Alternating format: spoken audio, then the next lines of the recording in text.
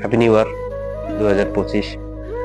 তো এভাবেই সবাই সবাইকে উইশ করতেছে, এসএমএস করতেছে, কল করে বলতেছে যে ফ্রেন্ড তোর জীবনটা সুখের হোক, আগের 2025টা যেন ভালো কাটে।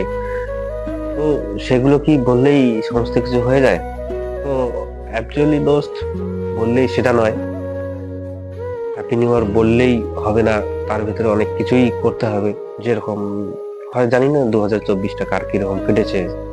তো কারো ভালো কেটেছে, কারো খারাপ কেটেছে, এক একজনের এক এক রকম কেটেছে ফ্রেন্ড, ওটা বলার কোনো বিষয় নেই। তো কেউ, কারো স্বপ্ন ছিল যে আমি কিছু করব, সেও করতে পারেনি।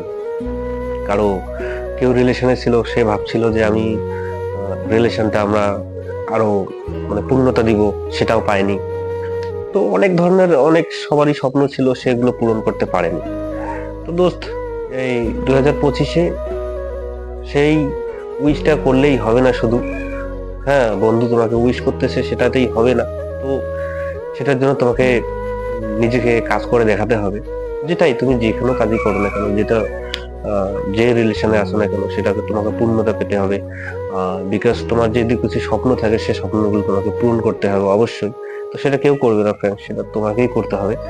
আর উইশ অনেকেই, সবাই করবে অবশ্যই, উইশ করবে। আর এটা তোমাকে নিজেই করতে হবে। সেই 2025 হয়ে গেল, তো রাতারাতি তুমি সাকসেস হবে না, সফলতা পাবে না। তার জন্য তোমাকে কাজ করতে হবে। তা তোমার কাছে রেজাল্ট আসে ততক্ষণ তোমাকে কাজ করে যেতে হবে, অ্যাবসলিউটলি। আর এটাই আমার শুভকামনা রইল তোমাদের সাথে।